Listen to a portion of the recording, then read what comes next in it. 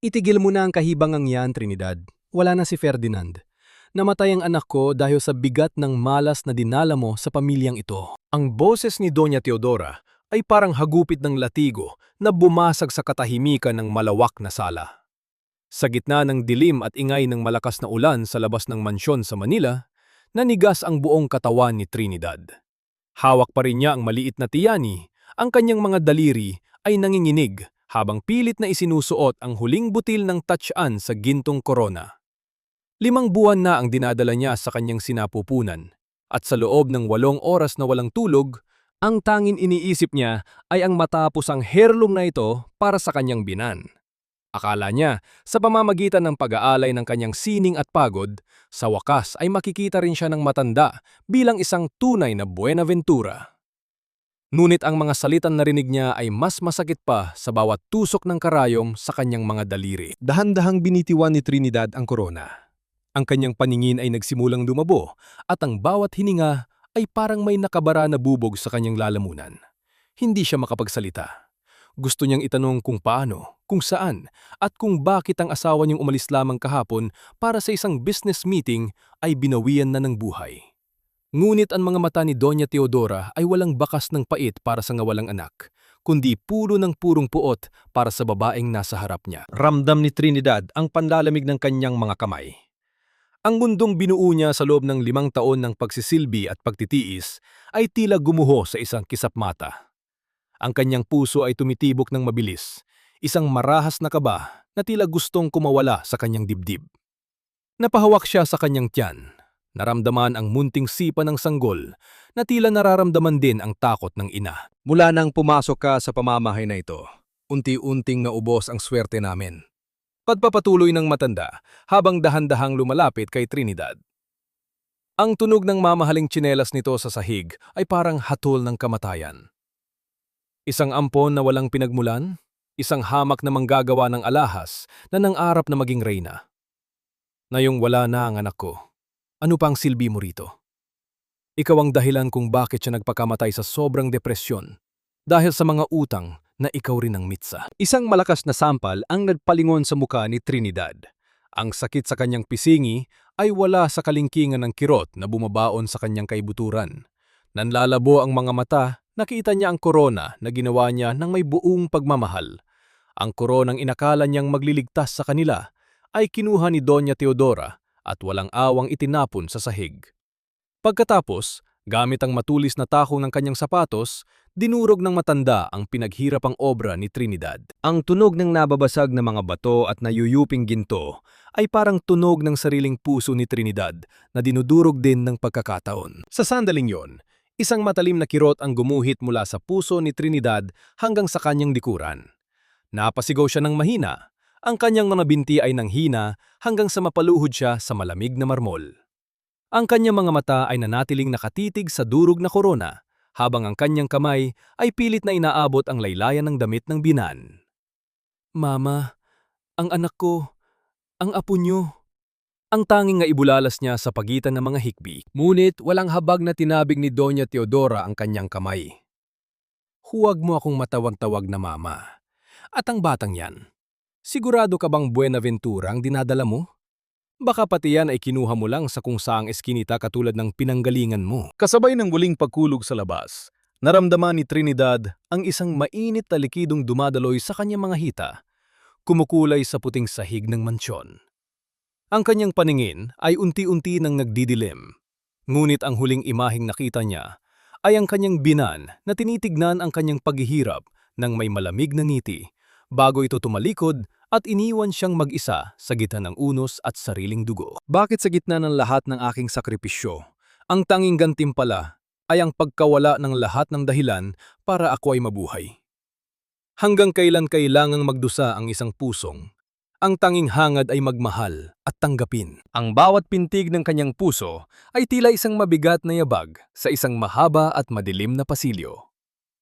Idinilat ni Trinidad ang kanyang mga mata, ngunit ang tanging sumalubong sa kanya ay ang kawalan. Ang kisame ng silid ay tila bumababa, unti-unting umipit sa kanyang hininga. Malamig ang hangin mula sa aircon, ngunit ang pakiramdam ni Trinidad ay parang nakalubog siya sa kumukulong putik. Masakit ang kanyang buong katawan, isang uri ng sakit na hindi kayang lunurin ng anumang gamot. Ang kanyang sinapupunan ay rumerepleka ng isang malalim na hungkag. Isang espasyong dati ay puno ng buhay, ngunit ngayon ay alaala na lamang ng dugong dumanak sa marmol na sahig. Gising ka na pala, Trinidad. Ang boses ni Doña Teodora ay nagmula sa gilid ng kama, kasing lamig ng bakal. Hindi lumingon si Trinidad, nanatili siyang nakatitig sa kawalan. Nasaan ang anak ko? Nasaan ang asawa ko? Narinig niya ang marahas na pagbuntong hininga ng matanda. Ang anak mo ay wala na. At si Ferdinand, inilibing na namin siya kaninang madaling araw. Hindi na namin hinintay na magising ka dahil ayaw ko madungisan ang huling sandali ng anak ko ng iyong presensya. Ang iyong kamalasan ay sapat na. Huwag mo nang dalhin hanggang sa kanyang hukay. Parang may humiwa sa dibdib ni Trinidad. Inilibing? Hindi ko man lang siya nakita. Mama, asawa ko siya. Bakit niyo ginawa ito? Dahil iyon ang nararapat. Biglang tumayo si Doña Teodora at lumapit sa kanya. Ang mga mata nito ay nanglilisik sa ilalim ng malamlam na ilaw ng lampshade. Makinig ka sa akin, Trinidad. Isang malaking kahihiyan ang pagkamatay ni Ferdinand. Kung malalaman ng publiko na namatay siya dahil sa depresyong idinulot ng isang asawang katulad mo, babagsak ang pangalan ng mga Buenaventura. Kaya mula ngayon, ang tanging katotohanan ay ito. Namatay siya dahil sa atake sa puso habang nagtatrabaho ng sobra para sa pamilyang ito. At ikaw? Ikaw ay mananatili sa silid na ito hanggat hindi ko sinasabing maaari ka ng lumabas. Ikinukulong niyo ba ako? Tanong ni Trinidad, ang boses niya ay naninghinig sa takot at galit. Ipinagtatanggol ko ang dangal namin! Sigaw ng matanda bago muling nagpaamo ng boses na mas nakakatakot kaysa sa sigaw. Huwag mong kalilimutan, Trinidad, kung sino ang kumuha sa iyo mula sa putikan. Sino ang nagpakain, nagbihis, at nagbigay sa iyo ng aplidong hindi mo kailanman deserve. Utang mo sa akin ang buhay mo. Kaya kung ayaw mong mabulok sa kulungan dahil sa pagpapabaya sa anak ko, manahimik ka. Be grateful that I am still keeping you under this roof. Kasabay ng pag-alis ni Doña Teodora, bumukas ang pinto at pumasok ang isang babaeng amoy mamahaling pabango, si Soledad. Ang bawat hakbang nito ay puno ng kumpiyansa. Ang kanyang suot na itim na bestida ay tila hindi para sa pagdadalamhati, kundi para sa isang fashion show. Lumapit siya kay Trinidad at naupo sa gilid ng kama. Hawak ang isang panyo na tuyong-tuyo. Oh, Trinidad, I'm so sorry for your loss. Ang sakit naman ang nangyari sa'yo, di ba? Nawalan ka na ng asawa, nawalan ka pa ng baby. You're so alone now. Ang boses ni Soledad ay malambing, ngunit may talim na parang labaha. Tumingin si Trinidad sa babaeng dati ay itinuturing niyang kaibigan. Soledad? Bakit ka nandito? Para tulungan ka, of course. Sabi ni Tita Teodora, masyado ka raw na trauma. But life goes on, right? Sayang naman ang galing mo sa paggawa ng jewelry kung maiyak ka lang dito. Look at this. Inilabas ni Soledad ang isang sketchpad. Iyon ay ang sketchpad ni Trinidad na naglalaman ng kanyang mga pinakaiingatang disenyo. Tita and I decided na ako muna ang hahawak ng mga projects mo para hindi ka na ma-stress. I'll take the credit and you'll do the work inside this room. Safe ka rito, walang husga sa'yo. Napabangon si Trinidad kahit pa kumikirot ang kanyang puson. Gusto niya akong maging anino. Gusto niyong nakawin pati ang tanging bagay na natira sa akin. Numiti ng matami si Soledad, isang ngiting hindi umabot sa kanyang mga mata. Hindi ito pagnanakaw, Trinidad. It's a payment. Payment para sa utang na loob mo sa mga Buenaventura. At para na rin sa pananahimik ko tungkol sa nakita ko sa phone ni Ferdinand bago siya mamatay. You wouldn't want people to know the real reason why he was so unhappy with you, right? Nanlamig ang dugo ni Trinidad. Anong sinasabi mo? Hinawakan ni Soledad ang kamay ni Trinidad at maigpit itong piniga, sapat na para maramdaman niya ang sakit. Gawin mo ang mga design na gusto ko o sisiguraduhin kong pati ang alaala ng asawa mo ay susumpain ng lahat. You have no one, Trinidad. No family, no child, no husband. All you have is that table and your tools. Now, pick up your pencil and start working. Nang makaalis si Soledad at muling sumara ang pinto, ang katahimikan ng silid ay naging isang malaking kulungan. Tumingin si Trinidad sa kanyang mga kamay. ang mga kamay na lumikha ng kagandahan para sa mga taong sumisira sa kanyang pagkatao. Naramdaman niya ang bigat ng tanikala ng utang na loob na nakagapos sa kanyang leeg, mas masakit pa kaysa sa anumang pisikal na sugat. Mayroon bang paraan para makatakas sa isang bahay na ang bawat pader ay gawa sa kasinungalingan kung ang sarili mong puso ay tila nakikipagsabwatan na rin sa iyong mga kaaway? Ang bawat guhit ng lapis sa papel ay tila isang hiwa sa sariling balat ni Trinidad. Sa maliit at madilim na sulok ng basement ng mansyon, kung saan ang tanging liwanag ay nagmumula sa isang aandap-andap na bumbilya, ang hangin ay amoy, kalawang at lumang papel. Dito siya itinapon ni Doña Teodora, malayo sa mga mata ng mga bisita, malayo sa liwanag ng araw. Ang kanyang likod ay kumikirot dahil sa matagal na pagkakayuko, isang paalala na ang kanyang katawan ay hindi pa lubos na nakakabawi mula sa pagkawala ng kanyang anak. Bumukas ang pinto ng basement, lumikha ito ng isang mahaba at nakakangilong tunog ng bakal na kumakaskas sa semento. Pumasok si Soledad, suot ang isang matingkad na pulang bestida na tila sumisigaw ng tagumpay. Hawak niya ang isang baso ng mamahaling wine. Ang bawat hakbang niya ay puno ng pangungutya habang tinitignan ang mga nakakalat na disenyo sa mesa ni Trinidad. Ang bagar mo naman, Trinidad. Kailangan ko na ang final sketches para sa Celestial Collection. Ang dami nang nag-aabang sa press at ayaw ko namang mapahiya ang pangalan ko dahil lang sa katamaran mo. Wika ni Soledad sabay lagok ng alak. Hindi sumagot si Trinidad. Ipinagpatuloy niya ang pag-ukit sa isang wax mold. Ang kanyang mga daliri na dati ay makinis, ngayon ay puno na ng mga paltos at sugat. Ibinibigay ko na ang lahat ng galing ko rito, Soledad. Kunin niyo na ang lahat, huwag niyo lang akong madaliin. Tumawa si Soledad, isang tunog na parang basag na bubog. Inilapang niyang baso sa ibabaw mismo ng isa sa mga disenyo ni Trinidad. Hinahayaan ng pulang likido na mabasa ang gilid ng papel. Look at you. Para kang isang anino na nagtatago sa dilim. Alam mo ba ang balita? Ang huling necklace na ginawa mo, the one I claimed as mine, ay nanalo ng Design of the Year. Sabi ng mga kritiko, napakahenyo ko raw. Sabi nila, nararamdaman nila ang kaluluwa sa bawat bato. Kung alam lang nila na ang kaluluwang yon ay nagmumula sa isang babaeng hindi man lang makalabas ng bahay na ito. Napahinto si Trinidad. Ang kanyang mga mata ay nanunuot sa galit, ngunit ang kanyang katawan ay nananatiling nakagapos sa takot. Nakita niya sa daliri ni Soledad ang isang pamilyar na kislap. Ang singsing na iyon ang singsing na ibinigay sa kanya ni Ferdinand noong unang anibersaryo nila bilang mag-asawa. Isang simpleng ginto na may maliit na ruby na hiningi sa kanya ni Doña Teodora noong isang gabi para raw linisin. Bakit nasa iyo ang singsing ko? Mahinang tanong ni Trinidad. Ang kanyang boses ay tila isang pakiusap na nauwi sa paghikbi. Hinarap ni Soledad ang kanyang kamay sa liwanag, pinagmamasdan ang ruby na tila ba isang hamak na basura lamang. Ito ba? Sabi ni tita, hindi mo na raw ito kailangan. Isa pa, masyado itong luma para sa isang Buenaventura.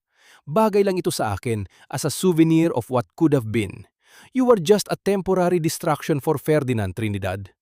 I am the one he truly deserves to be with, even in his afterlife. Lumapit si Soledad at hinawakan ng baba ni Trinidad, pinilit itong tumingin sa kanya. Huwag kang iiyak. Ang mga luha mo ay walang halaga rito. Tapusin mo ang koleksyon na ito, o baka malimutan ko ang utos ni tita na pakainin ka ngayong gabi. Nang muling maiwan si Trinidad sa katahimikan, ang tanging naririnig na lamang niya ay ang sarili niyang mabigat na hininga at ang mahinang patak ng tubig mula sa isang tumatagas na tubo sa itaas. Tumayo siya para kumuha ng isang basong tubig, ngunit sa kanyang paglalakad, nasagi ng kanyang paa ang isang lumang coat ni Ferdinand na nakasabit sa isang sulok. Ang coat na suot nito noong huling gabi bago ang business meeting na iyon. Habang hinahaplos niya ang tila, naramdaman ni Trinidad ang isang matigas na bagay sa loob ng secret pocket. Dahan-dahan niyang ipinasok ang kanyang kamay at inilabas ang isang maliit, gusot at tila binasang papel. May mga sulat kamay doon, magulo at tila isinulat sa gitna ng pagmamadali. Trinidad, patawarin mo ako. Hindi nila ako hinahayaan makapagsalita. Ang lahat ay isang pagpapanggap. Kung may mangyari sa akin, hanapin mo ang... Naputol ang sulat. May mga mansa ng dugo sa gilid ng papel, tuyo na at kulay kape. Ang puso ni Trinidad ay tila tumigil sa pagtibok. Hindi ito sulat ng isang lalaking nagpakamatay dahil sa depresyon. Ito ay sulat ng isang taong natatakot para sa kanyang buhay. Sino ang nagpatigil kay Ferdinand sa pagsasalita? At ano ang lihim na piliting ipinaabot bago ang kanyang huling hininga? Ang bawat titik sa kapirasong papel na yon ay parang mga kuko na kumakalmot sa puso ni Trinidad. Sa gitna ng malamig at madilim na basement, ang hininga niya ay naging mabilis at mababaw. 1,000 katanungan ang sabay-sabay na sumabog sa kanyang isipan. Kung hindi nagpakamatay si Ferdinand, sino ang pumatay sa kanya? At sino ang tinutukoy niyang nila na humaharang sa kanyang pagsasalita? Dali-daling itinago ni Trinidad ang papel sa loob ng kanyang damit, malapit sa kanyang balat, nang marinig niya ang papalapit na mga yabag sa hagdanan. Hindi yon ang mabibigat na hakbang ni Doña Teodora o ang mayabang na tunog ng takong ni Soledad. Ang mga hakbang na ito ay tila nag-aalangan, marahan at may kasamang kalangsing na mga kubyertos. Bumukas ang pinto at pumasok si Aling Rosa, ang matandang tagapagsilbi na halos 20 taon nang naninilbihan sa mga Buenaventura. Hawak niya ang isang tray na may platong kanin at tuyo. Ang pagkain na tila ba ay para sa isang bilanggo at hindi para sa manugang ng bahay. Ang mga mata ni Aling Rosa ay namumula at hindi makatingin ng diretso kay Trinidad. "Kumain ka na, hiha. Kailangan mo ng lakas." Mahinang sabi ni Aling Rosa. Ang boses niya ay basag. Hinawakan ni Trinidad ang tuyong kamay ng matanda. "Aling Rosa, kailangan ko ng katotohanan. Ikaw lang ang nandoon sa gabi bago nila sabihing patay na si Ferdinand.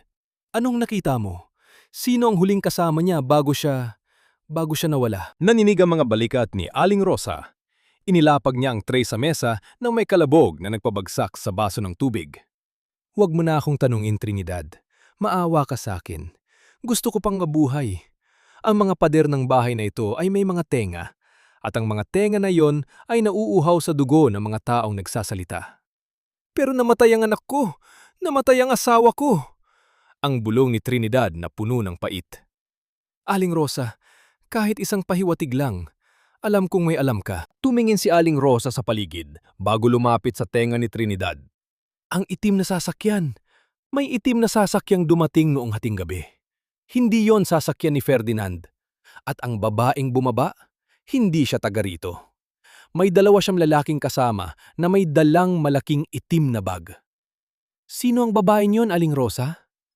Ngunit bago pa makasagot ang matanda, isang matalim na boses ang pumutol sa kanilang pag-uusap. "Rosa, anong ginagawa mo rito at bakit ka nakikipagbulungan sa babaeng yan?" Nakatayo sa pintuan si Doña Teodora. Ang kanyang anino ay mahaba at tila isang dambuhalang sa sakakal sa buong silid. Dahan-dahan siyang bumaba, ang bawat hakbang niya ay nagpapayanig sa puso ni Trinidad. Lumapit siya kay Aling Rosa at, nang walang babala, isang malakas na sampal ang dumapos sa muka ng matanda. Ang tunog ng palad na tumama sa balat ay umalingaw-ngaw sa 4 na sulok ng basement. "Aray! Maawa po kayo, senyora!" Napahawak si Aling Rosa sa kanyang pisingi habang bumubuhos ang kanyang mga luha. "Wala kang utang na loob. Pinapakain kita, binibigyan ng sahod, tapos gagawa ka ng mga kwento sa harap ng babaeng ito?" Muling iwinasiwas ni Doña Teodora ang kanyang kamay. Ngunit sa pagkakataong ito ay hinarangan siya ni Trinidad.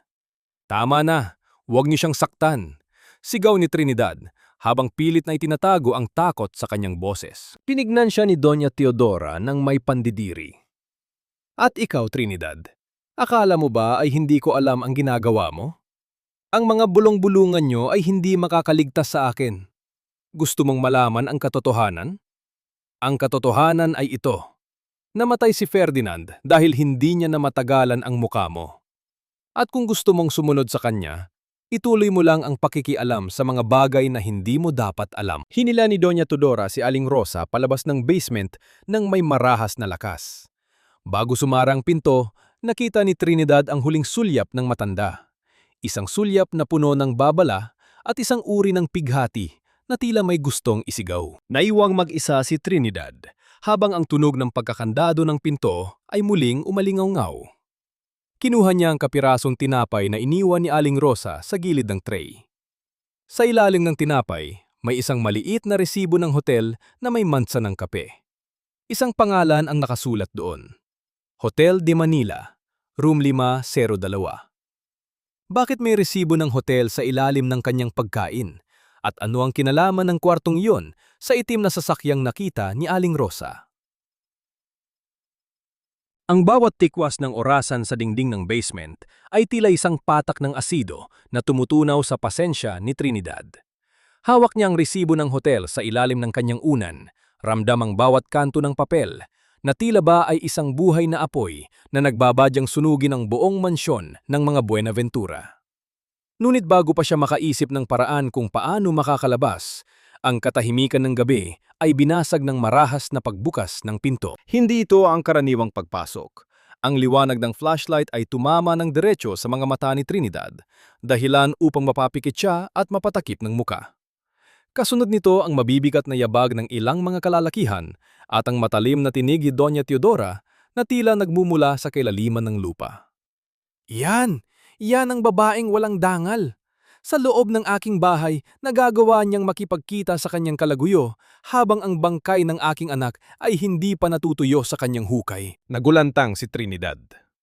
Anong sinasabi niyo, Mama? Sino ang tinutukoy niyo? Biglang hinila ng isang lalaki, si Edgar, ang supplier ng mga gemstones na madalas niya makausap para sa trabaho, palapit sa kanya. Ang lalaki ay mukhang bugbog at takot na takot. Pilit na iniiwas ang tingin kay Trinidad. Inihagis ni Soledad ang isang bundle ng mga litrato sa ibabaw ng kama ni Trinidad. Sa malabong liwanag, nakita ni Trinidad ang kanyang sarili sa mga litrato, nakasandal sa balikat ni Edgar sa loob ng isang madilim na silid. Ngunit alam niyang hindi yun totoo.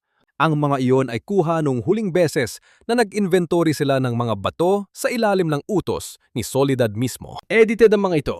Soledad, alam mong nandun ka nung kinuhang mga batong yan? Sigaw ni Trinidad. Ang kanyang boses ay puno ng panginginig. Isang malakas na sampal ang muling dumapo sa pisini ni Trinidad. Ngunit sa pagkakataong ito ay galing kay Soledad. Wala kang hiya. Pinagtatakpan pa kita noon dahil akala ko ay nalulungkot ka lang. Pero hindi ko akalain na pati ang mga alahas ng mga Buenaventura ay ibinibigay mo sa lalaking ito kapalit ng iyong panandaliang aliw. Hindi yan totoo. Mama, maniwala po kayo sa akin. Pagmamakaawa ni Trinidad, lumapit siya sa paanan ni Doña Teodora at pilit na humahawak sa laylayan ng gown nito. Ngunit tila bato ang puso ng matanda. Ang katibayan ay nasa harap ko na, Trinidad. At ang mas masahol pa, nalaman kong ang perang pilit mong itinatago sa ilalim ng iyong unan ay galing sa pagbebenta ng aming heirloom jewels. Mabilis na hinablot ni Soledad ang unan ni Trinidad. Sa halip na ang resibo lamang, may lumabas na isang maliit na pouch na puno ng mga mamahaling brilyante. Mga batong hindi kailanman hinawakan ni Trinidad. Ang setup ay perpekto. Ang patibong ay tuluyan ng sumara. Palayasin ang babaeng yan! Ang utos ni Doña Teodora. Ang boses niya ay walang halong pag-aalinlangan. Ilabas siya sa aking pamamahay, na yung din. Kinaladkad ng galawang bodyguard si Trinidad mula sa basement. Wala siyang suot, kundi ang manipis na duster at ang kanyang mga paa ay walang sapin. Habang dinadaan siya sa malawak na sala, nakita niya ang mga kasambahay na nakatingin sa kanya ng may halong awa at pandidiri. Ngunit walang sinuman ang nangahas na magsalita. Maging si Aling Rosa ay nakayuko lamang. Ang mga balikat ay nanginginig sa pag-iyak. Nang makarating sila sa malaking bakal na pintuan ng mansyon, marahas na itinulak si Trinidad palabas. Bumagsak siya sa semento. Ramdam ang matitulis na bato na bumaon sa kanyang mga tuhod. Kasabay nito ang biglang pagbuhos ng malakas na ulan. Tila ba nakikiramay ang langit sa kanyang kaapihan. Inihagis ni Soledad ang isang lumang plastic bag na nagdalaman ng ilang piraso ng kanyang damit sa putikan. Huwag ka nang babalik dito, Trinidad. Ang pangalang Buenaventura ay hindi para sa mga basurang katulad mo. Mamatay ka na lang sa gutom sa kalsada, kasama ng iyong mga kasinungalingan. Ang tunog ng mabigat na bakal na pinto na nagsasara, at ang pagkandado nito ay tila isang pinal na hatol. Nanatiling nakasubsob si Trinidad sa putikan, ang kanyang mga daliri ay pilit na kumakapit sa basa at malamig na lupa. Sa gitna ng dilim at lamig, dahan-dahan niyang kinapa ang loob ng kanyang damit. Nandun pa rin ang resibo ng hotel at ang sulat ni Ferdinand, ang tanging mga bagay na hindi nila nakuha sa kanya. Tumayo siya ng may panginginig, ang bawat hakbang sa ilalim ng ulan ay tila isang paglalakad sa ibabaw ng mga pako. Tumingin siya sa huling pagkakataon sa malaking mansyong dati ay itinuring niyang tahanan, ngunit na yon ay naging libingan ng kanyang danggal at ng kanyang anak. Saan pupunta ang isang pusong itinapon at dinungisan, kung ang tanging dala niya ay ang mga lihim na maaring pumatay sa kanya o magligtas sa kanyang kaluluwa? Ang ulan ay hindi lamang tubig na bumabagsak mula sa langit. Para kay Trinidad, ito ay mga libu-libong karayom na tumutusok sa kanyang sugatang pagkatao. Ang bawat hakbang niya sa madilim at bahaing kalsada ng Maynila ay tila isang paglalakbay patungo sa kawalan. Ang kanyang mga paa, na dati ay sanay sa malalambot na alpombra ng mansyon, na yon ay humahalik sa magaspang at maruming semento. Ang lamig ay pumasok na sa kanyang mga buto, ngunit ang mas matinding ginaw ay nagmumula sa kanyang sinapupunan, ang alaala ng anak na hindi man lamang niya nayakap. Nanginginig ang kanyang mga kamay habang kinakapa ang basang resibo ng hotel sa loob ng kanyang damit. Sa gitna ng kanyang pagkahilo at panghihina, ang Hotel de Manila ang tanging liwanag na natitira sa kanyang isipan. Kailangan niyang malaman ang totoo. Kailangan niyang patunayan na ang kanyang buhay ay hindi isang malaking pagkakamali. Ngunit nang marating niya ang marangyang bukana ng hotel, hinarang siya ng 2 gwardiya. Ang kanila mga tingin ay puno ng pandidiri sa isang babaeng basang-basa, nakayapak, at mukhang nawawala sa sariling kaisipan. "Umalis ka rito, hindi ito lugar para sa mga palaboy." Ang boses ng gwardiya ay matigas, kasabay ng marahas na pagtulak sa kanya palayo sa nagniningning na glass door. "Pakiusap, ang room 502. Kailangan ko lang malaman." Ang pagsusumamo ni Trinidad ay nilunod ng tunog ng paparating na sasakyan. Isang mamahaling kotse ang huminto, nagwisik ng maruming tubig sa kanyang manipis na damit. Ang mga gwardiya ay mabilis na yumuko para pagbuksan ang mga VIP, habang si Trinidad ay itinaboy na parang isang basang aso sa gilid ng kalsada. Naglakad siya ng walang direksyon hanggang sa makarating siya sa isang makitid na eskinita sa Santa Cruz, kung saan ang amoy ng sunog na uling at chemical ay humahalo sa amoy ng ulan. Dito ang mga tindahan ay hindi gawa sa salamin, kundi sa lumang kahoy at yero. Sa dulo ng eskinita, nakakita siya ng isang maliit na karatula. "Pandayan ni Mang Gardo, gawa at ayos ng alahas." Isang pamilyar na tunog ang narinig ni Trinidad mula sa loob, ang mahinang pagpukpok ng martilyo sa metal. Ang tunog na yon ay tila isang oyayi na tumawag sa kanyang kaluluwa. Sa kanyang huling lakas, humawak siya sa hamba ng pinto ng maliit na workshop. Ang init mula sa maliit na apoy sa loob ay tila yumakap sa kanyang naninigas na katawan. Sino yan? Isang matandang lalaki na may suot na makapal na salamin ang tumayo mula sa kanyang mesa. Ang kanyang mga kamay ay itim mula sa uling, ngunit ang kanyang mga mata ay malumanay. Hindi nakapagsalita si Trinidad. Ang kanyang paningin ay nagsimulang umikot. Sa kanyang pagbagsak sa sahig, ang kanyang kamay ay tumama sa isang piraso ng tanso na nakalapag sa mesa. Kahit sa gitna ng pagkawala ng malay, ang kanyang mga daliri ay tila kusa ng humaplos sa metal, hinahanap ang bawat kurba at kanto nito ng may katangi-tanging pag-iingat. "Diyos ko hiha!" Patakbong lumapit si Mang Gardo. Binuhat niya ang magaan at nangangatog na katawan ni Trinidad at inihiga sa isang lumang papag sa loob ng suang. Lumipas ang ilang oras bago muling idilat ni Trinidad ang kanyang mga mata. Ang unang sumalubong sa kanya ay ang amoy ng mainit na sopas at ang liwanag ng isang maliit na gasera. Nakita niya si Mang Gardo na tinitignan ang kanyang mga kamay. Ang mga kamay ni Trinidad na puno ng sugat, ngunit may mahahaba at matitulis na daliri na tanging ang mga master jeweler lamang ang nagtataglay. "Sino ka, hiha? At bakit ang isang katulad mo ay may mga kamay na tila nilikha para lamang sa paghawak ng mga ginto at hiyas?" Tanong ni Mang Gardo habang iniabot ang isang tasa ng mainit na sabaw.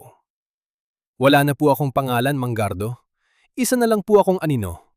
Mahinang sagot ni Trinidad. Ngumiti ang matanda ng may pait. "Dito sa aking munting pandayan, ang mga anino ang nagbibigay ng hugis sa liwanag. Kung wala kang mapupuntahan, manatili ka rito. Tulungan mo ako sa pag-aayos ng mga mumurahing singsing ng mga taga rito.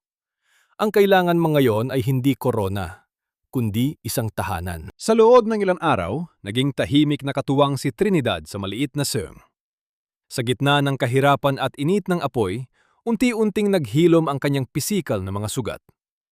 Ngunit sa tuwing hahawak siya ng mga kasangkapan, Ang kanyang isipan ay bumabalik sa Wing Mien na dinurog ni Doña Teodora. Isang hapon, habang si Trinidad ay abala sa pagpapakinis ng isang lumang pilak, isang anino ang humarang sa pintuan ng sueng.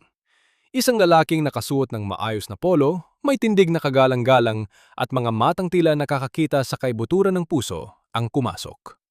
Siya ay si Mateo, ang kanang kamay ng pamilya Valderrama na naghanap ng isang bihirang talento na kayang ayusin ang isang antik na relikya na tinanggihan na ng lahat ng malalaking tindahan sa Makati. Manggardo, narinig kong may bago kang katulton na may magic sa mga kamay. Wika ni Mateo habang ang kanyang tingin ay nanatili kay Trinidad na pilit na nagtatago sa likod ng kanyang mga buhok. Sino ang lalaking ito? At bakit tila ang kanyang presensya ay nagdadala ng isang uri ng panganib at pagkakataon na hindi pa handang harapin ni Trinidad? Minsan, ang pinakamakinang na brilyante ay matatagpuan sa gitna ng pinakamaruming eskinita. Naghihintay lamang na muling masilayan ng araw. Ang boses ni Mateo ay mababa at pulo ng paghanga habang pinagmamasdan niya ang mga kamay ni Trinidad na abala sa paglilinis ng isang maliit na piraso ng tanso. Sa loob ng munting pandayan ni Manggardo, ang init ng apoy ay nagbibigay ng kakaibang kislap sa mga mata ni Trinidad. Isang kislap na hindi kayang burahin ng hirap o pait. Dahan-dahang inilapag ni Mateo ang isang pelus na kahon sa ibabaw ng maruming mesa. Ang marangyang kulay ng asul na tela ay tila isang banyaga sa gitna ng mga kalawangin at lumang kagamitan. Isang relika ito ng pamilya Valderrama. Paliwanag ni Mateo nang buksan niya ang kahon. Sa loob ay nakahiga ang isang medalyon na gawa sa purong ginto. Ngunit ang gitna nito ay basag at ang mga ukit ay tila nabura na ng panahon. Sabi nila, wala nang sinuman sa modernong panahon ang nakakaalam ng teknik na ginamit dito. Ang tawag nila rito ay haplos ng suing may. Isang paraan ng pag-uukit na tila ginagawa ang ginto na kasing lambot ng hamog sa umaga. Napatigil ang mundo ni Trinidad. Ang kanyang mga daliri ay kusa ng gumalaw patungo sa medalyon. Sa sandaling dumampi ang kanyang balat sa ginto, isang kuryente ng alaala ang dumaloy sa kanyang buong katawan. Hindi niya alam kung saan niya ito natutunan. Ngunit ang bawat kurba ng ukit ay tila isang wikang matagal na niyang alam salitain. Ang kanyang mga mata ay nanariwa at sa loob ng ilang minuto, nakalimutan niya ang kanyang gutom, ang kanyang pagdadalamhati at ang put sa mga Buenaventura. Maayos ko ito, bulong ni Trinidad. Ang kanyang boses ay hindi na ang boses ng isang biktima, kundi ang boses ng isang bihasang artesano. Ngunit hindi ito matatapos sa loob ng isang araw. Ang ginto ay kailangang amuin. Kailangang pakinggan ang kanyang hinaing bago siya muling hubugin. Namangha si Mateo. Sa loob ng maraming buwan, nilibot niya ang pinakamalalaking tindahan ng alahas sa bansa. Ngunit lahat sila ay sumuko. Ngayon, sa harap ng isang babaeng nakasuot ng kupas na duster at amoy uling, nahanap niya ang sagot. Kung ganoon, isasama kita sa mansyon ng mga Valderrama. Doon mo ito ayusin, sa ilalim ng pagmamasid ni Don Alejandro mismo. Sa loob ng malawak at marangyang mansyon ng mga Valderrama, ang hangin ay amoy sariwang mga rosas at lumang libro. Dinala ni Mateo si Trinidad sa isang pribadong silid-aklatan kung saan naghihintay ang isang matandang lalaki na ang bawat kulubot sa muka ay nagsasalaysay ng isang malalim na pangungulila. Si Don Alejandro Valderrama ay nakaupo sa isang silyang gawa sa kamagong, nakatingin sa malayo, tila may hinahanap na hindi na muling babalik. Nang pumasok si Trinidad, ang matanda ay dahan-dahang lumingon. Ngunit nang magsimulang magtrabaho si Trinidad sa medalyon, nang ilabas niya ang kanyang maliliit na pait at simulan ang maselan na pag-uukit, ang mga mata ni Don Alejandro ay nanlaki. Ang bawat kilos ni Trinidad, ang paraan ng paghawak niya sa kagamitan, at ang direksyon ng bawat ukit ay tila isang pagbabalik ng isang aninong matagal na niyang ibinaon sa limot. Dahil sa init ng pagtatrabaho, dahan-dahang nahulog ang manggas ng suot na damit ni Trinidad, inilalantad ang kanyang balikat. Doon, sa ibabaw ng kanyang maputing balat, ay isang maliit na balat na kulay rosas, isang hugis na tila isang munting usbong ng bulaklak na malapit ng bumuka. Ang tunog ng pagbagsak ng hawak na tungkod ni Don Alejandro sa sahig ay bumasag sa katahimikan ng silid. Nanginginig ang kanyang mga kamay habang pilit siyang tumatayo mula sa kanyang upuan. Ang kanyang mga mata ay nakapako sa balikat ni Trinidad. Trinidad, ang boses ng matanda ay tila isang pagsusumamo mula sa kabilang buhay.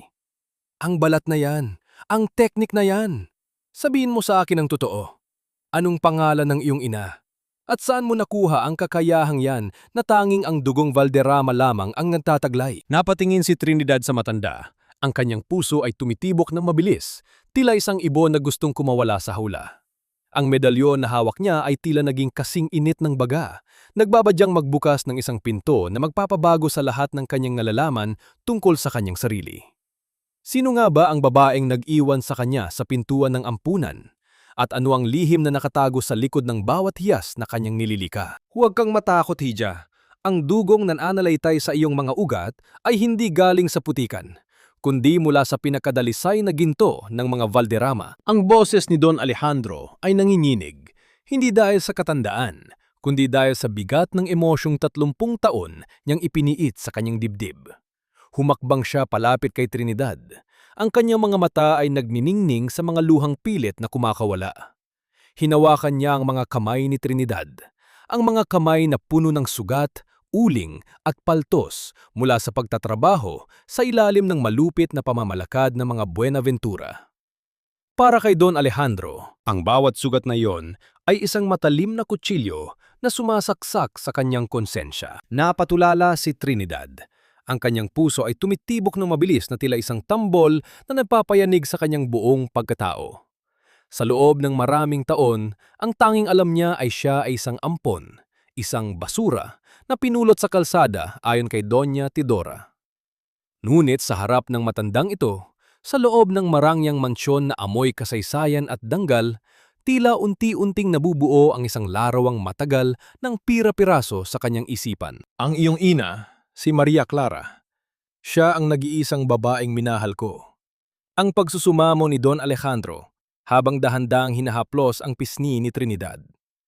Ninakaw ka sa amin nung sanggol ka pa lamang. Ang teknik na ginagamit mo sa pag-uukit, ang haplos ng saging mai, ay hindi tinuturo sa paaralan. Ito ay nasa iyong DNA. Ito ay pamana ng ating mga ninuno na tanging ang isang tunay na Valderrama lamang ang makakagawa. Napahikbi si Trinidad. Ang kanyang mga balikat ay nanginginig sa pagbuhos ng emosyong hindi niya na kayang pigilan.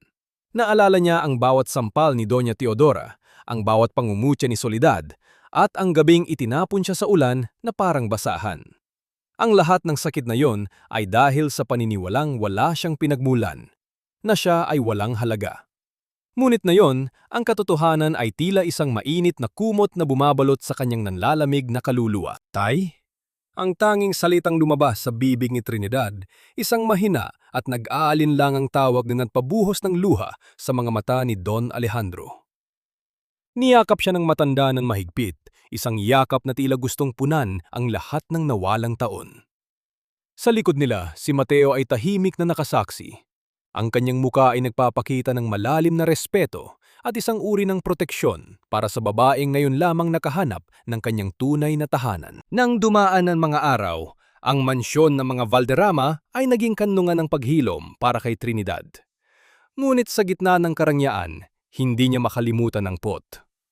Isang gabi, habang nakapayo siya sa harap ng isang malaking salamin sa kanyang bagong silid, pinagmasdan ni Trinidad ang kanyang sarili. Nakasuot siya ng kilang seda, ngunit ang kanyang mga mata ay nananatiling puno ng alaala ng dugo at ulan. Kumuha siya ng isang matalim na gunting. Ang tunog ng pagtalim ng bakal ay umalingaw-ngaw sa tahimik na silid. Sa isang mabilis at determinadong galaw, pinuto ni Trinidad ang kanyang mahabang buhok, ang buhok na dati ay hinahila ni Doña Teodora, ang buhok na sumisimbolo sa kanyang pagiging biktima. Ang bawat hibla na nalalaglag sa sahig ay tila isang bahagi ng kanyang nakaraan na kanyang pinuputol. Tapos na ang panahon ng pagtatago sa dilim, bulong ni Trinidad sa kanyang sariling refleksyon. Ang kanyang boses ay malamig at matigas, kasing tibay ng brilyanteng dumaan sa matinding apoy. Ang Trinidad na inapi nyo ay patay na, at ang Trinidad na haharap sa inyo ngayon ay ang siyang kukuha sa lahat ng ninakaw nyo sa akin. Tumingin siya sa kanyang balikat sa munting balat na hugis rosas. Hindi na ito isang marka lamang ng pagkakakilanlan. Ito na ngayon ang kanyang selyo ng digmaan. Hinarap niya si Mateo na pumasok sa silid upang ihatid ang balita tungkol sa pag-usad ng investigasyon laban sa mga Buenaventura. Mateo! Wika ni Trinidad habang tinitignan ang kanyang bagong anyo sa salamin. Ihanda mo ang lahat. Gusto kong malaman ng buong bansa kung sino ang tunay na reyna ng mga hiyas. At gusto kong makita ang muka ni Doña Teodora kapag nalaman niyang ang malas na itinapon niya ay ang siyang susunog sa kanyang kaharian. Paano haharapin ni Trinidad ang kanyang mga kaaway nang hindi nawawala ang kabutihan ng kanyang puso? At sapat na ba ang yaman at kapangyarihan upang burahin ang pait ng isang nawalang anak? Sa loob ng maranyang silid-aklatan ng mga Valderrama, ang bawat hininga ni Trinidad ay tila isang panalangin na naghahanap ng kasagutan. Ang tilang seda ng kanyang bagong damit ay malambot sa kanyang balat, isang malaking pagkakaiba sa magaspang na duster na suot niya noong siya ay tapon sa ulan. Ngunit sa ilalim ng karanyang ito, ang mga alaala ng basement ay nananatiling nakaukit sa kanyang isipan. Tila isang lason na dahan-dahang dumadaloy sa kanyang mga ugat. Si Mateo ay nakatayo sa kanyang tabi, hawak ang isang makapal na folder na naglalaman ng mga dokumento tungkol sa operasyon ng Valderrama Diamonds. Ang kanyang mga mata ay puno ng paghanga habang pinagmamasdan ang determinasyon sa mukha ni Trinidad. Hindi na ito ang babaeng nakayuko at takot na tumingin sa mga mata ng iba. Ang Trinidad na nasa harap niya ngayon ay may paninindigang kasing tigas ng bakal. Trinidad, ang bawat piraso ng alahas na nililikha ng ating kumpanya ay may kaakibat na pangalan at danggal. Wika ni Mateo habang inilalatag ang mga sketch sa mesa. Ngunit ang mas mahalaga ay ang iyong kakayahan na makita ang halaga ng isang bato bago pa man ito mahubog. Iyan ang hindi kailanman mananakaw sa iyo. Dahan-dahang hinaplos ni Trinidad ang gilid ng isang brilyante. Naramdaman niya ang lamig nito sa kanyang daliri. Isang pakiramdam na nagpabalik sa kanya sa gabing selyado ng dugo at luha. Gusto kong matutunan ng lahat, Mateo. Gusto kong malaman kung paano paikutin ang mundo ng negosyong ito. Hindi lang sapat na magaling ako sa pag-uukit. Kailangan kong maging mas matalino kaysa sa mga taong nag-akalang maaari nila akong yurakan habang buhay. Sa mga sumunod na araw, ang mansyon ay naging isang paaralan para kay Trinidad. Sa ilalim ng paggabay ni Don Alejandro at Mateo, natutunan niyang basahin ang mga takbo ng merkado, ang sining ng pakikipag-ayos, at ang paraan ng pagtago ng emosyon sa likod ng isang malamig na ngiti. Ngunit sa gitna ng lahat ng ito, may mga sandali ng katahimikan kung saan ang kanyang puso ay muling kumikirot. Isang hapon, habang nagpapahinga sa hardin, nakita ni Mateo si Trinidad na may hawak na maliit at payak na piraso ng pilak. Ginagawa niya itong isang maliit na pendant na hugis pakpak ng anghel. Alam ni Mateo kung para kanino yon. Para sa sanggol na hindi nabigyan ng pagkakataong masilayan ang mundo. Lumapit si Mateo at dahan-dahang naupo sa tabi niya. Hindi siya nagsalita. Ngunit ang kanyang presensya ay nagbibigay ng isang uri ng kapayapaan na matagal nang hindi nararamdaman ni Trinidad. Marahan niyang inilagay ang kanyang kamay sa ibabaw ng kamay ni Trinidad, isang haplos na puno ng respeto at tahimik na pangako. Hindi ka na mag-isa sa laban na ito, Trinidad. Bulong ni Mateo. Narito ako, hindi lang bilang tauhan ng iyong ama, kundi bilang isang taong naniniwala sa iyong ningning. Napatingin si Trinidad kay Mateo at sa unang pagkakataon sa loob ng mahabang panahon, isang munting kislap ng saya ang dumaan sa kanyang mga mata. Salamat, Mateo. Kung hindi dahil sa iyo at kay Manggardo, baka naging isang ligaw na kaluluwa na lang ako sa gitna ng Maynila. Ngunit ang katahimikan ng hapon ay binasag ng pagpasok ng isang katulong na may dalang sulat at isang tablet. Ang mukha nito ay bakas ang pag-aalala. Senyorita Trinidad, Mateo, may kailangan kayong makita. Sa screen ng tablet, bumuwad ang isang live broadcast na isang press conference. Nandun si Soledad, lalong naging magarbo ang ayos. Katabi si Doña Teodora na nakasuot ng itim na tila isang reyna ng kadiliman. Mayabang nilang ipinapakita ang isang koleksyon ng mga alahas na tinawag nilang ang luha ng langit. Ang bawat kurba, ang bawat detalye ng mga alahas na yon ay pamilyar kay Trinidad. Iyon ang mga disenyong inakaw sa kanya sa loob ng madilim na basement ng mga Buenaventura. Ngunit ang mas nagpabulwak sa galit ni Trinidad ay ang sinabi ni Soledad sa harap ng mga kamera. Ang koleksyong ito ay iniaalay ko sa aking yumaong asawa na si Ferdinand. Wika ni Soledad habang pilit na naglalabas ng peking luha. Ito ang bunga ng aming pagmamahalan na binuo ko sa gitna ng aking matinding pighati matapos kaming linlangin ng isang babaeng walang utang na loob. Napahigpit ang hawak ni Trinidad sa gilid ng kanyang upuan hanggang sa mamuti ang kanyang mga kuko. Ang kanyang hininga ay naging mabigat at ang init ng pot ay muling nagliyab sa kanyang dibdib. Ipinapahayag din namin, dagdag ni Doña Teodora na may malamig ng ngiti, na ang Buenaventura Jewels ay makikipag-compete sa darating na National Jewelry Exposition. Ito ang magiging huling patunay na ang aming dangal ay hindi kailanman mabubura. Tumingin si Trinidad kay Mateo. Ang kanyang mga mata ay wala ng bakas ng takot, kundi purong determinasyon na may kasamang talim. Mateo, ihanda mo ang registration para sa Valderrama Diamonds. Sasali tayo sa exposition na yan.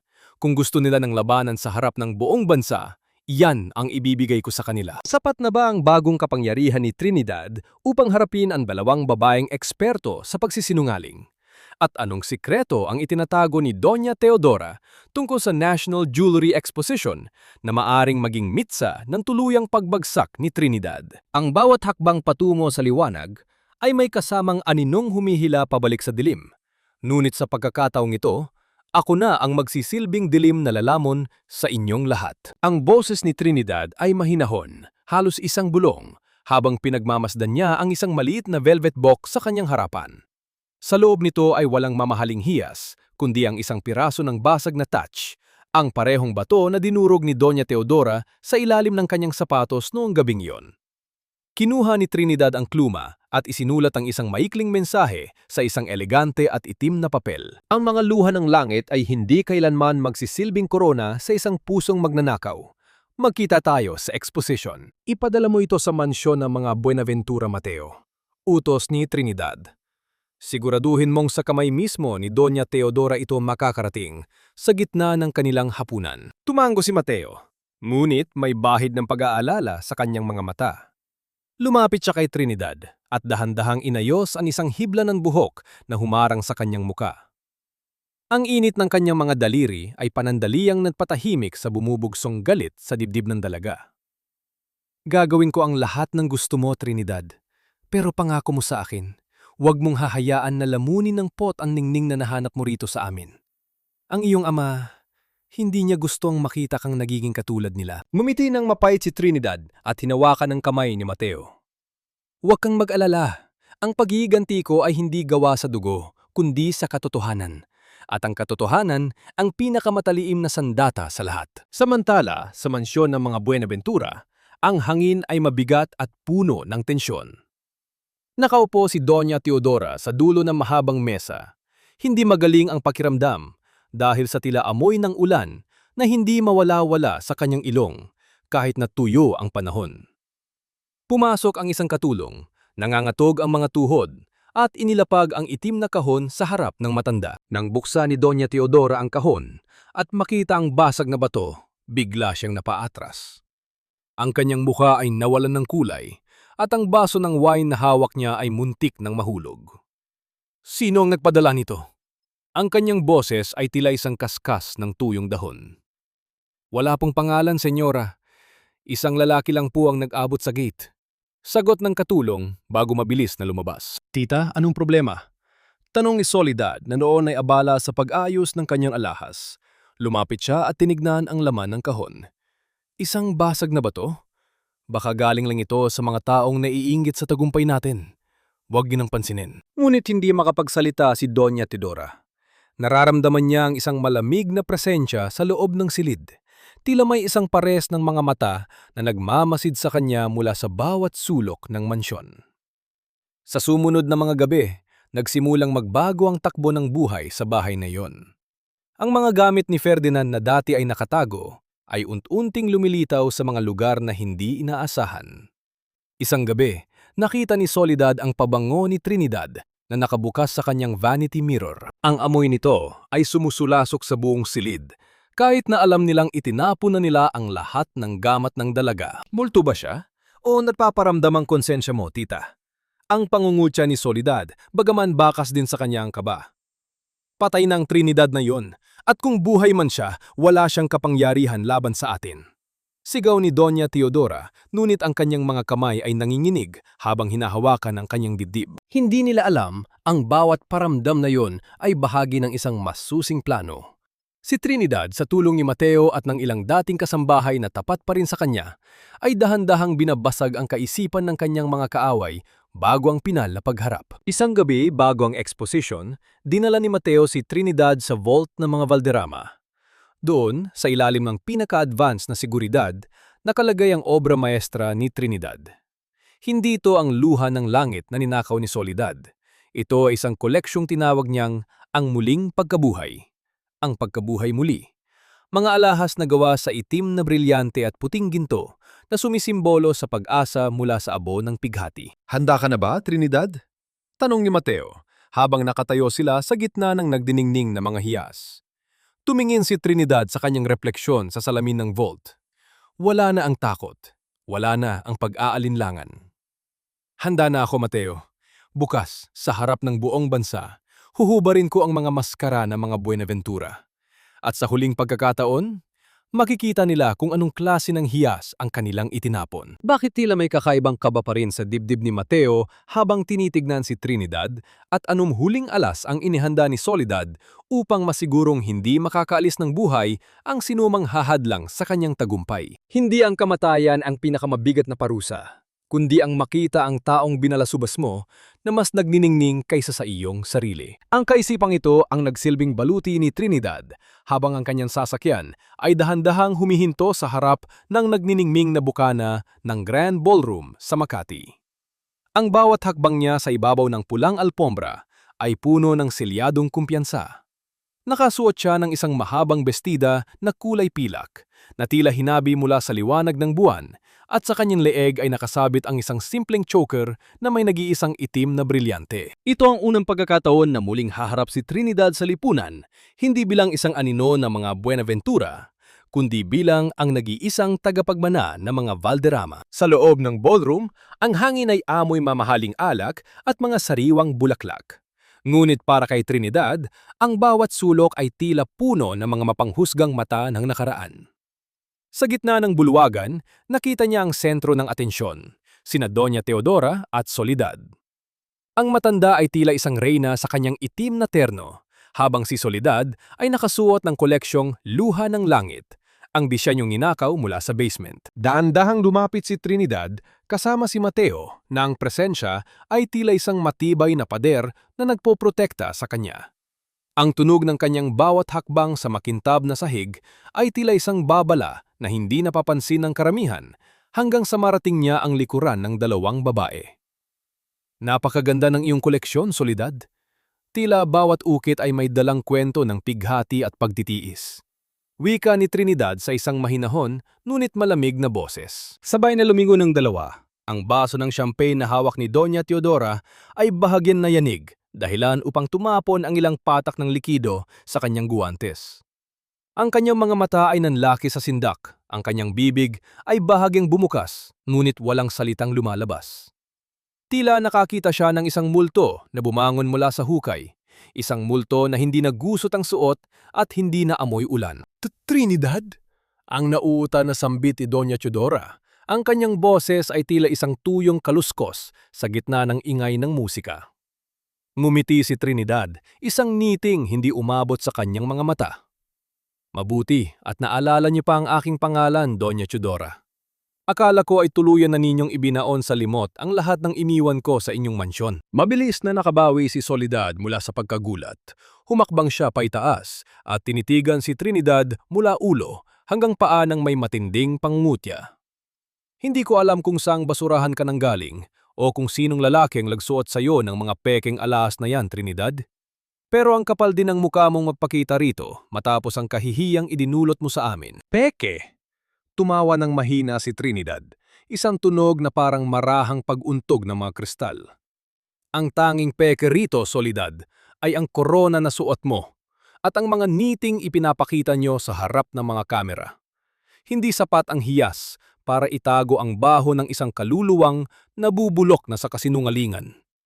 Lapastangan ka! Akmang itataas ni Doña Teodora ang kanyang kamay upang saktan si Trinidad. Ngunit bago pa man ito dumapo, isang matikas na kamay ang humarang sa kanya. Huwag mong subukang hawakan ang aking anak, Teodora. Baka malimutan mo kung kaninong teritoryo ang kinatatayuan mo ngayon. Ang boses ni Don Alejandro ay umalingaw sa paligid, sapat na upang mapatingin ang mga kalapit na bisita. Ang matanda ay lumapit at inakbayang si Trinidad ng may buong pagmamalaki. Ang muka ni Doña Teodora ay nawala ng kulay. Tila ba ang lahat ng dugo sa kanyang katawan ay tuluyang natuyo. Ang takot na kanina ay lihim lamang ay naging isang hayagang kahihiyan. Anak! Ang bulong ni Soledad, ang kanyang kumpiyansa ay tila isang manipis na yelo na biglang nabasag. Mula ngayon, wika ni Trinidad habang tinititigan ng diretso si Soledad sa mga mata. Ang Trinidad na kilala nyo ay wala na. Hindi na ako ang babaeng maaari niyong sipa-sipain at gamitin. Makita tayo sa exposition at doon natin malalaman kung kaninong luha ang tunay na papatak sa sahig. Lumapit si Soledad kay Trinidad, ang kanyang muka ay malapit na malapit, sapat na upang maamoy ni Trinidad ang tapang ng kanyang alak. Hindi ikaw yan, patay na ang Trinidad na kilala ko. At kung sino ka man na yon, sisiguraduhin kong babalik ka sa kung saan ka nanggaling, sa lupa. Nang talikuran ni Trinidad ang dalawa, naramdaman niya ang matinding pang-ininig sa kanyang mga kamay. Ngunit hindi ito dahil sa takot. Ito ay dahil sa adrenaline na isang mandirigmang sa wakas ay nakaharap ang kanyang mga kaaway. Ngunit sa gitna ng tagumpay na iyon, isang hindi inaasahang anino ang nakita ni Mateo sa madilim na bahagi ng ballroom. Isang mukhang pamilyar na tila matagal nang nagmamasid sa bawat galaw nila. Sino ang lihim na kaalyado ni Soledad na handang gumawa ng marahas na hakbang upang pigilan si Trinidad? At anong katotohanan tungkol sa gabi ng pagkamatay ni Ferdinand ang nakatagdang sumabog sa pinaka-hindi inaasahang sandali? Ang bawat hiyas ay may sariling tinig, ngunit ang pinakamalakas na sigaw ay nagmumula sa mga lihim na pilit ibinabaon sa limot. Sa loob ng pribadong vault ng mga Valderrama, ang hangin ay malamig at amoy, bakal, tila isang kabaong na nagtatago ng mga mamahaling sikreto. Nakatayo si Trinidad sa harap ng kanyang huling obra, ang koleksyong Resurreksyon. Ang mga itim na brilyante ay tila mga buhay na mata na sumasalamin sa lahat ng pighating kanyang pinagdaanan. Hinawakan niya ang gitnang piraso, isang kwintas na ang bawat bato ay tila isang patak ng dugong naging kristal. Pumasok si Mateo. Ang kanyang muha ay seryoso at may dalang isang tablet. Ang tunog ng kanyang paglalakad sa sahig na semento ay tila isang mabilis na tibok ng puso na nagpapahiwatig ng panganib. Hindi siya nagsalita agad. Sa halip ay tumayo siya sa tabi ni Trinidad at pinagmasdan ang koleksyon. Trinidad, nahanap na namin ang huling piraso ng puzzle. Simula ni Mateo, ang kanyang boses ay may halong pait at tagumpay. Na-recover ng aming IT experts ang file mula sa cloud storage ng lumang computer ni Ferdinand. Mukhang bago siya mawala, may iniwan siyang insurance sa loob ng kanyang silid sa mansyon ng mga Buenaventura. Nang inginig ang mga kamay ni Trinidad habang inaabot ang tablet, pinindot niya ang icon ng audio file. Ang katahimikan ng vault ay binasag ng isang mahina at may static na tunog. Ngunit ang mga boses ay malinaw na parang kidlat sa gitna ng gabi. Patay na siya, Teodora. Ano nang gagawin natin? Sobrang dosage na naibigay ko. Hindi ko akalaing bibigay ang puso niya ng ganon kabilis. Ang boses ni Soledad ay puno ng takot, ngunit may halong inis. Tumahimik ka, Soledad. Ayusin mo ang sarili mo. Ilipat natin ang katawan niya sa kama. Sasabihin nating inatake siya dahil sa stress sa trabaho at sa kapabayaan ng asawa niyang malas. Walang dapat makaalam na nandun siya sa hotel kasama mo. Ang boses ni Doña Teodora ay malamig, walang bakas ng pagdadalamhati para sa sariling anak. Napaupo si Trinidad sa sahig. Ang tunog ng kanyang pagbagsak ay nilunod ng sarili niyang mga hitbi na pilit niyang pinipigilan. Ang bawat salita sa recording ay tila isang lason na tumatagos sa kanyang puso. Hindi lang basta namatay si Ferdinand. Pinatay siya ng kasakiman ng dalawang babaeng itinuring niyang pamilya. At ang mas masakit, ginamit nila ang kanyang kamatayan upang yurakan ang pagkatao ni Trinidad. Pinatay nila ang asawa ko, Mateo. Ang bulong ni Trinidad, ang kanyang mga mata ay nanlilisik sa galit. Pinanood nilang mawalan siya ng hininga para lang sa pera at danggal. At ang anak ko ay namatay dahil sa kasinungalingan nila. Lumuhod si Mateo sa harap niya at hinawakan ang kanyang mga balikan. Ito na ang sandaling hihintay natin, Trinidad. Ang ebidensyang ito ang susunog sa kaharian ng mga Buenaventura.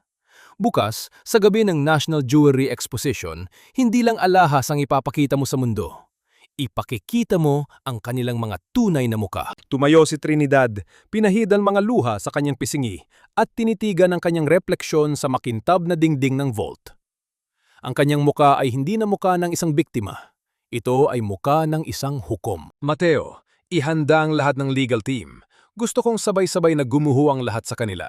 Ang kanilang yaman, ang kanilang kalayaan, at ang kanilang peking dangal.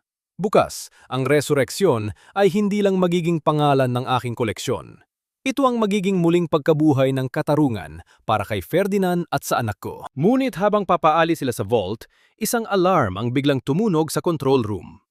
Sa monitor ng CCTV, nakita nila ang isang itim na van na mabilis na humaharurot palayo sa gate ng Valderrama Estate. Isang maliit na kahon ang iniwan sa tapat ng pintuan. May kasamang isang rosas na puti na dugo-dugo ang mga talulot. Anong mensahe ang naisiparati ni Soledad sa huling sandali?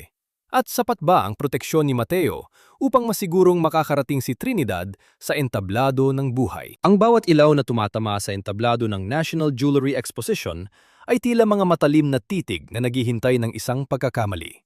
Ang bulwagan ay puno ng mga pinakamakapangyariang tao sa bansa. Ang hangin ay mabigat sa amoy ng mamahaling pabango at ang bulas ng tilang seda. Sa gitna ng entablado, nakatayo si Soledad, suot ang isang gown na ginto na tila kumikinang sa ilalim ng mga spotlight. Sa kanyang leeg ay nakasabit ang pinakamahalagang piraso ng koleksyong Luha ng Langit, ang disenyo na ninakaw niya mula sa dugo at pagod ni Trinidad. Ang bawat hiyas na ito ay simbolo ng katatagan at pag-asa. Ang mayabang na boses ni Soledad ay umalingaw-ngaw sa buong ballroom sa pamamagitan ng mga speaker. Nilikha ko ito sa gitna ng aking pangungulila sa aking mahal na asawa.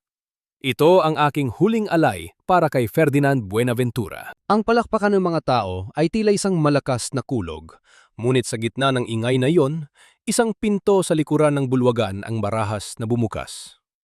Ang liwanag mula sa labas ay humati sa dilim ng ballroom. At doon, sa gitna ng lagusang iyon, ay nakatayo si Trinidad. Ang kanyang presensya ay tila isang malamig na hanging umihip sa buong silid, dahilan upang unti-unting tumigil ang palakpakan, hanggang sa ang tanging marinig na lamang ay ang mahinang tunog ng kanyang paglalakad patungo sa entablado. Ang sining na galing sa kasinungalingan ay hindi kailanman magiging marangal, Soledad.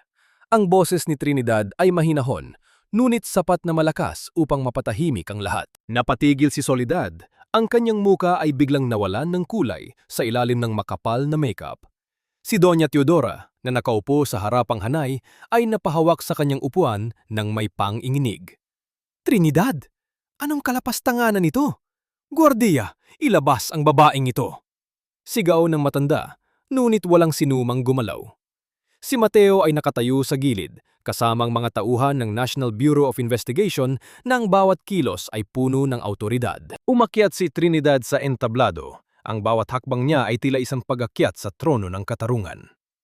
Ang koleksyon suot mo, Soledad, ay rehistrado sa ilalim ng aking pangalan 3 taon ang nakalilipas. Ang bawat kurba, ang bawat ukit na tinatawag mong iyong obra, ay may lihim na marka ng aking pamilya, ang markang Valderrama. Sa isang iglap, ang malaking screen sa likuran ng entablado ay nagbago. Hindi na ito nagpapakita ng mga promotional video ng mga Buenaventura. Sa halip, lumabas ang mga blueprints at orihinal na sketch ni Trinidad na may petsa at pirma na hindi matatawaran. Ngunit hindi doon nagtapos ang lahat. Ang mga larawan ay biglang napalitan ng isang itim na screen at kasunod nito ang pag-alingaw-gaw ng isang boses na nagpatahimik sa puso ng lahat. Ang audio recording ng pag-uusap ni Soledad at Doña Teodora tungkol sa pagkamatay ni Ferdinand ay nagsimulang tumugtog. Ang bawat salita, ang pag-amin sa maling dosage ng gamot, ang pagpaplano sa paglipat ng bangkay, at ang pagyurak sa pangalan ni Trinidad ay narinig ng bawat taong naroon, maging ng mga mamamahayag na abala sa pag-live broadcast ng kaganapan. Hindi totoo yan! Edited ang recording na yan! Sigaw ni Soledad, habang pilit niyang tinatanggal ang kwintas sa kanyang leeg na tila bigla itong naging isang nagbabagang bakal. Ang katotohanan ay hindi kailanman mabubura ng iyong pagsigaw, wika ni Trinidad habang papalapit sa kanya. Pinanood niyo siyang mamatay. Pinanood niyo akong magdusa. At ngayon, papanoorin ng buong mundo ang inyong pagbagsak. Ang mga flash ng kamera ay tila mga kidlat na tumatama kina Doña Teodora at Soledad. Ang mga pulis ay dahan-dahang umakyat sa entablado, hawak ang mga warrant of arrest. Si Doña Teodora ay pilit na tumatayo. Ang kanyang muka ay puno ng pait at kahihiyan, habang ang mga tao sa paligid ay nagsimulang magbulungan ng mga salitang kriminal at magnanakaw. Sa gitna ng kaguluhan, nang mahawakan na ng mga pulis ang braso ni Soledad, bigla itong nagpumiglas at may dinukot na isang maliit na bagay mula sa kanyang damit. Ngunit bago pa man niya ito magamit, si Mateo ay mabilis na humarang sa harap ni Trinidad. Ang kanyang katawan ay tila isang panangga laban sa anumang panganib. Tapos na ang laro nyo, Soledad. Ang boses ni Mateo ay matigas at puno ng banta. Habang kinakaladkad si Soledad at Doña Teodora palabas ng ballroom sa gitna ng hiyawan ng publiko, nanatiling nakatayo si Trinidad sa gitna ng entablado. Tumingin siya sa malayo, tila may hinahanap sa kabilang panig ng liwanag. Ang bigat sa kanyang dibdib na bitbit niya sa loob ng mahabang panahon ay tila biglang gumaan. Ngunit ang kanyang mga mata ay nananatiling basa ng luha. Mga luhang hindi na para sa pighati, kundi para sa isang paglaya na sa wakas ay nakamit na niya. Ngunit sa kabila ng tagumpay, bakit tila may isang anino pa rin na hindi maalis-alis sa isipan ni Trinidad? At anong huling salitang ibinulong ni Doña Teodora sa kanya habang nilalagyan ito ng posas na magpapabago muli sa kanyang pananaw tungkol sa nakaraan? Ang bawat imperyong itinayo sa ibabaw ng mga luha at kasinungalingan ay nakatakdang gumuho. At sa huli, ang tanging matitira ay ang alikabok ng sarili nilang kahihiyan. Ang katahimikan sa loob ng Grand Ballroom matapos ang kaguluhan ay mas nakakanginig kaysa sa anumang sigaw. Habang hinihila ng mga awtoridad si Doña Teodora, ang maranyang terno nito ay nagusot at ang kanyang buhok na dati ay walang kawalaan na hibla ay nakalaylay na ngayon sa kanyang muka. Bago siya tuluyang mailabas, huminto ang matanda sa tapat ni Trinidad. Ang kanyang mga mata na dati ay puno ng mapang-aping awtoridad ay nanginginig na ngayon sa takot at pait. Akala mo ba ay tapos na ito, Trinidad? Ang bulong ni Doña Teodora. Ang kanyang boses ay tila isang kaskas ng tuyong dahon sa semento. Maaring nakuha mo ang hustisya, pero habang buhay mong dadalhin ang sumba ng pagiging malas sa pamilyang ito.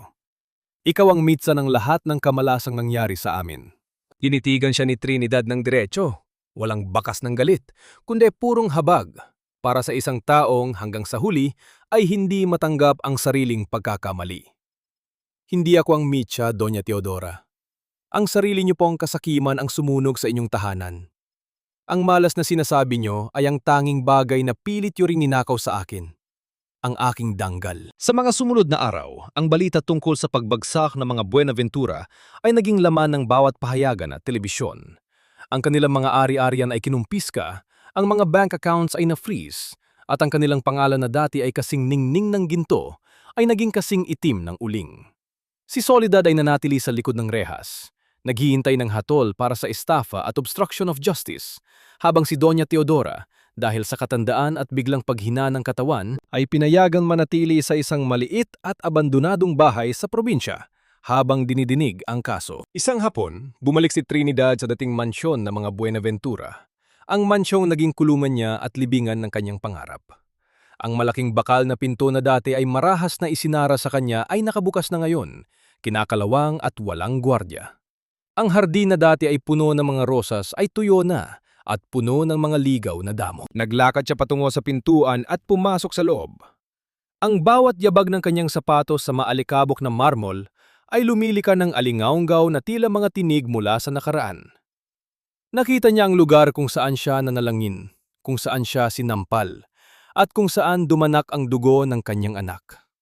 Ngunit sa pagkakataong ito, hindi na siya nanginginig. Sa dulo ng mahabang mesa sa dining room, nakaupo si Doña Teodora. Wala na ang kanyang mga mamahaling alahas.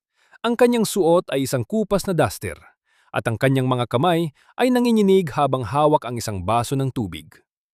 Nang makita niya si Trinidad, hindi siya sumigaw. Tila wala na siyang lakas para sa anumang puot. Nandito ka ba para pagtawanan ako? Tanong ng matanda. Ang kanyang boses ay halos hindi marinig. Hindi sumagot si Trinidad. Sa halip, inilapag niyang isang maliit na pouch sa ibabaw ng mesa. Mula sa loob nito, inilabas niyang isang piraso ng tachan, isang mumurahing bato, ngunit malinis at nagniningning. Ito ang batong katulad ng nasa korona na ginagawa niya noong gabing mamatay si Ferdinand. Ito ang halaga ng pagkatao mo, Doña Teodora. Wika ni Trinidad sa isang mahinahong boses. Isang batong itinuring mong basura, ngunit sa likod nito ay may katatagang hindi mo kailanman nakita. Hindi ako narito para magiganti. Narito ako para ibalik ang huling bagay na nag-uugnay sa atin. Tumingin si Doña Teodora sa bato, at sa unang pagkakataon, ang kanyang mga mata ay napuno ng tunay na luha. Hindi dahil sa galit, kundi dahil sa matinding kahihiyan o hiya. Napagtanto niya na ang babaeng itinapon niya ay ang siyang tanging may natitirang kabutihan para dalawin siya sa kanyang pag-iisa. Nang talikuran ni Trinidad ang mansyon, naramdaman niya ang init ng sikat ng araw sa kanyang muka.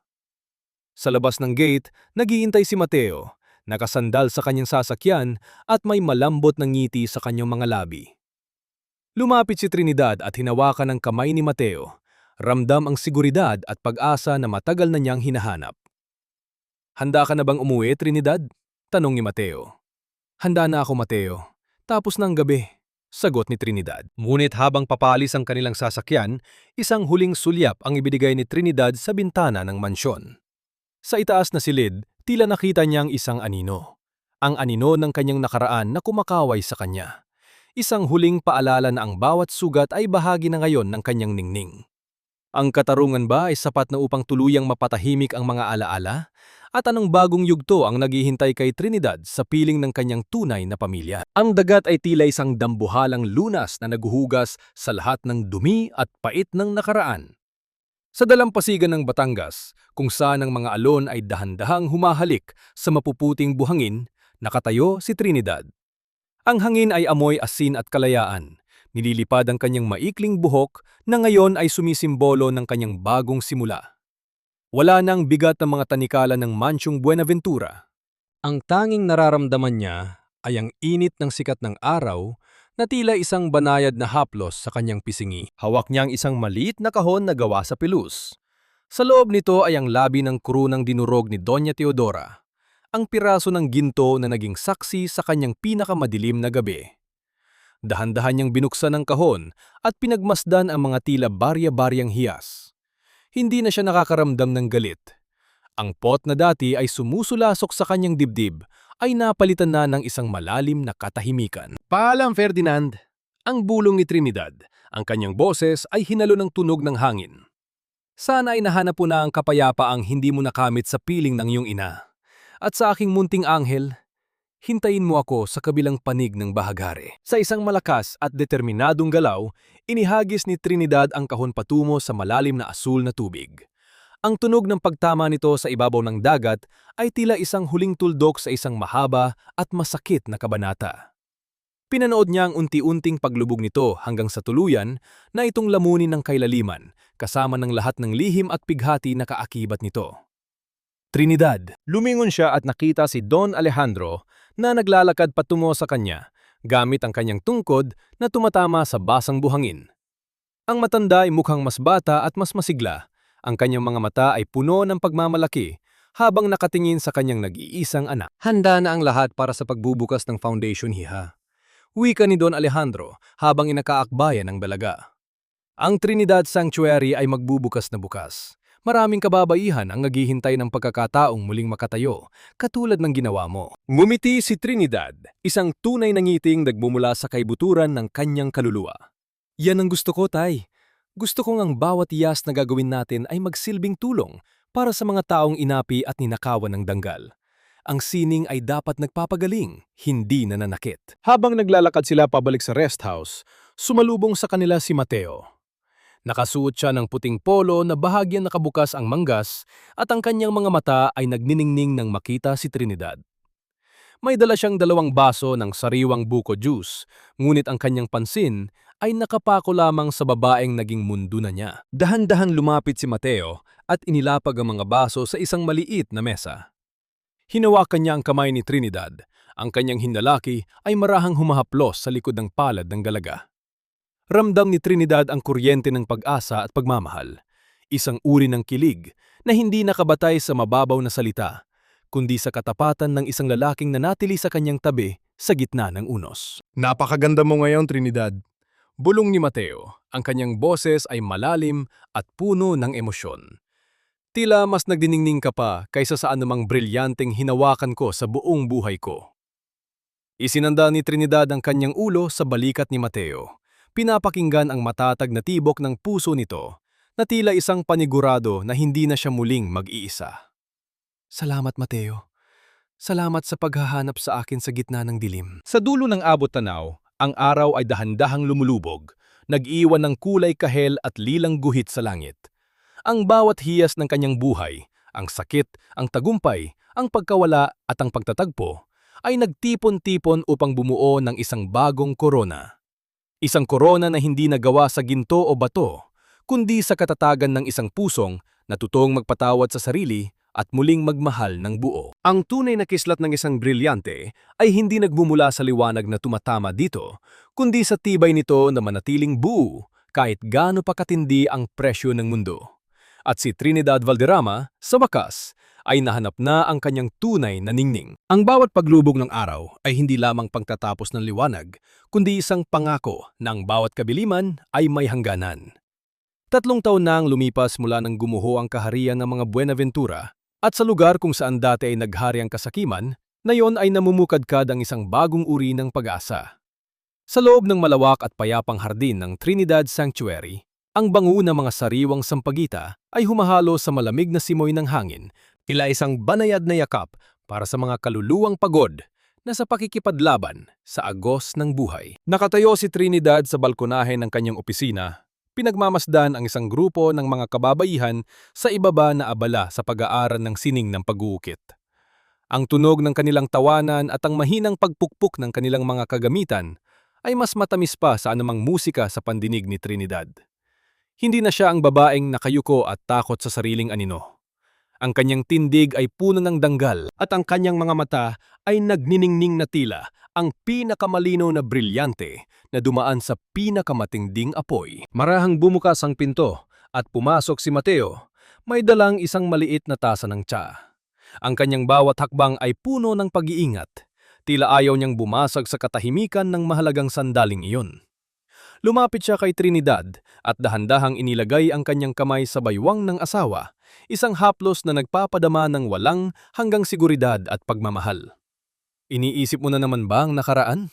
Mahinang tanong ni Mateo, ang kanyang boses ay tila isang oyayi sa gitna ng hapon. Ngumiti si Trinidad at isinandal ang kanyang ulo sa balikat ni Mateo. Iniisip ko kung paano ang bawat luwang pumatak noon ay naging mitsa ng pag-unlad ng mga kababayang ito. Hindi ko na nararamdaman ang pait, Mateo. Ang put na dati ay sumusulasok sa aking dibdib ay tuluyan nang natunaw. Napatawad na ba ni Trinidad ang mga taong sumira sa kanyang buhay? Ang kapatawaran para sa kanya ay hindi nangangahulugang paglimot sa krimen, kundi ang pagpili na huwag nang hayaang lasunin ng nakaraan ang kanyang hinaharap. Si Doña Teodora ay pumanaw na sa kanyang pag-iisa sa probinsya, isang malungkot na wakas para sa isang taong ang tanging kayamanan ay ang kanyang huwad na danggal. Si Soledad naman ay nananatiling bilanggo ng sarili niyang mga pagkakamali sa likod ng rehas. Hindi na sila bahagi ng mundo ni Trinidad. Sila ay naging mga pahina na lamang ng isang aklat na matagal na niyang isinara. Ang kapayapang nahanap ni Trinidad ay hindi nagmumula sa kanyang yaman o sa kanyang apelidong Valderrama, kundi sa katotohanang nagawa niyang muling buuin ang kanyang sarili mula sa mga pira-pirasong alaala.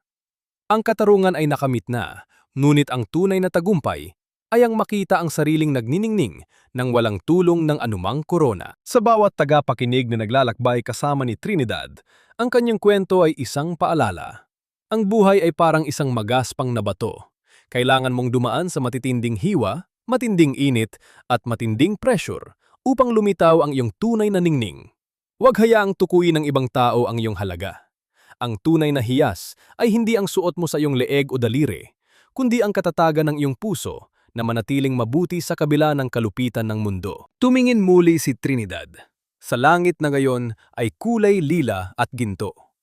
Hawak ang kamay ni Mateo, alam niyang ang kanyang korona ay ang pag-asang ibinibigay niya sa iba, at ang pagmamahal na sa wakas ay kanyang natagpuan.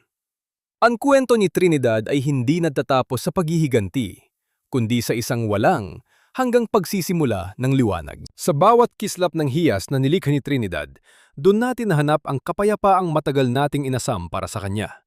Ang dapit hapon sa dalampasigan ay hindi lamang pangtatapos ng isang masakit na kabanata, kundi isang bagong umagang wala ng bakas ng pait at luha. Mga mahal kong tagapakinig, maraming salamat sa inyong pagtitiyaga at pakikisama sa akin sa mahaba at emosyonal na paglalakbay na ito. Aminado ako habang binubuo ko ang bahagi kung saan walang awang dinurog ni Doña Teodora ang korona sa paanan ni Trinidad, habang ang huli ay naghihingalo sa sakit ng pagkawala ng kanyang anak, gumuhurin ang aking puso. May mga sandaling tila napakalupit ng mundo, ngunit ang kwentong ito ay hinabi ko mula sa mga tunay na hibla ng karanasan ng mga kababaihang pilit na bumabangon mula sa abo ng pagkakalugmok. Ito ay isang sining na bunga ng malalim na pagninilay sa halaga ng dangal at katatagan. Sa huling bahagi ng ating kwento, naging sapat ba para sa inyo ang naging wakas ni Doña Teodora at Soledad? Kung kayo ang nasa kalagayan ni Trinidad, pipiliin nyo rin bang magpatawad at lumayo? O mas nais nyo ang isang mas marahas na paghihiganti? Habang pinag-iisipan nyo ang sagot, nais ko ring itanong, saan nyo ba pinapakinggan ang kwentong ito? Marahil ay abala kayo sa pag-ayos ng bahay, nagluluto para sa pamilya, o baka naman ay nagpapahinga sa gitna ng inyong break sa trabaho. Ibahagi nyo naman sa comment section kung anong bahagi ng kwento ang pinakamarkado sa inyong puso. Laging nakahanda ang aking mga mata na basahin ang inyong mga saloobin. Huwag nyo rin kalimutang i-like at i-share ang ating kwento upang maging inspirasyon din ito sa iba pang nagnanais mahanap ang kanilang sariling ningning. Dalangin ko ang inyong anahimikan at kaligtasan sa bawat hakbang ng inyong buhay. Tandaan nyo, ang isang brilyante ay hindi nagiging hiyas kung hindi ito dadaan sa matinding pagkaskas at pag-uukit ng tadhana. Manatiling matatag sa inyong sariling ningning. Pamagat ng kwento, ang reyna ng mga basag na hiyas, ang pagbangon ni Trinidad Valderrama. Louis, lahat ng mga tauhan at sitwasyon sa kwentong ito ay katang-isip lamang na nilikha para sa layuning magbigay aliw at maghatid ng positibong mensahe.